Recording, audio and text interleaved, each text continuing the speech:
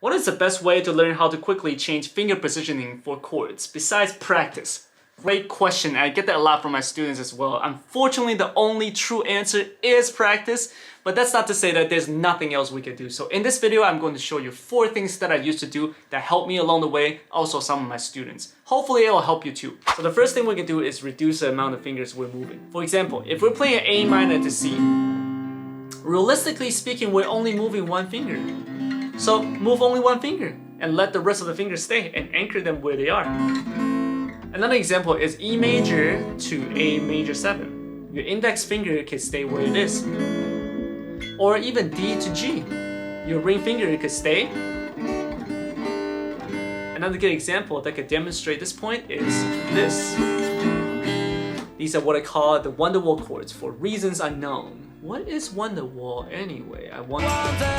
Anyway, these chords are easy to learn because all you need to do is move 2 fingers. You just have to bear down and get through the pain of digging grain canyons on the last 2 fingers. But once you get over the pain, it's super easy to move around. 2 fingers to get 6 chord out of that, I see that as an absolute win. Which brings us to the next point, which is substituting chords. So earlier I gave the example of A minor to C. Instead of A minor, we could play an A minor 7. And all that is by lifting your ring finger. So if you're going from C to A minor 7, all you have to do is poof, move your ring finger out of the way.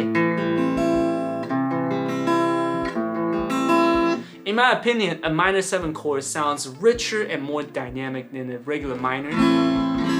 So I always prefer to play a minor 7, and it's easier to hold. Easier to hold, better sounding chord. I see that absolutely. Another good example to demonstrate this concept is the bar chord, specifically the minor bar chord. We all know bar chords will kill guitar students at the beginning. It killed me when I was first starting as well. So when my student wants to learn a song that includes F sharp minor, I always show them the F sharp minor 7. Now to play a minor 7 chord is very easy. Play an A chord, but instead of using the first 3 fingers, use the last 3 fingers. That will free up your index finger and just bring that over to cover the F sharp. Your pinky will naturally cover the high E string, and your index finger will naturally cover the A string. And that's all you need, the 4 strings. Again, less work for better sounding chord. I see that as a... And then we're on to the third things that we can do, which is changing the finger position. Earlier we were talking about F sharp minor 7, which is really just A major, but we're changing the fingers around from the first 3 to the last 3. You can always do that with any chords. Playing guitar is not like science or math. You don't have to do exactly the way you're taught. So long the chord sounds like it should, then just play it away. For example, most of us are taught to play A like this, but you can totally play with the index finger in the middle. Why is it beneficial? Because you can anchor your index finger if you need to go to D. So obviously that may or may not work for you. You should just do whatever is most comfortable and what makes most sense to you. If the chord is sounding like it should, and it sounds good, then play it away. A very good personal experience I could share regarding changing finger positioning is when I was learning Master Tommy Emmanuel's rendition of Classical Gas, and it sounds like this. As you can see, Tommy is playing a lot of chords in such a short phrase.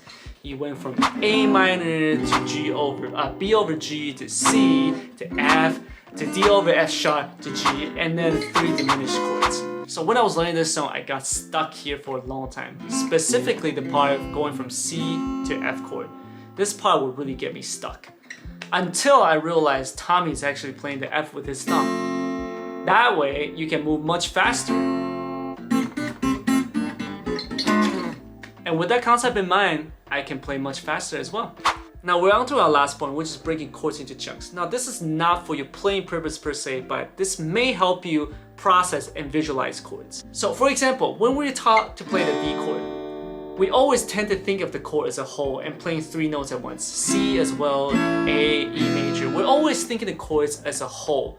But our brains are very limited, so we don't do very well when we have to process a lot of information at once. So why not break it into chunks?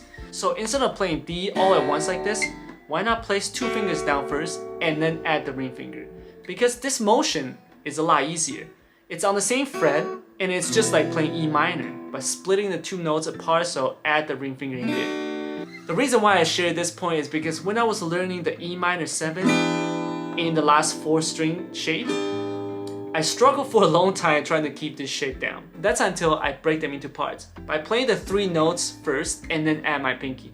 Because this motion is a lot easier. It's just like playing A major, but split it with 1 fret and 1 string apart, and then add my pinky. That way I can process this faster in my brain than having to think of 4 notes all at once. I hope you found something helpful. If you have any other questions, be sure to leave it in the comment, like the video, and follow or subscribe for more.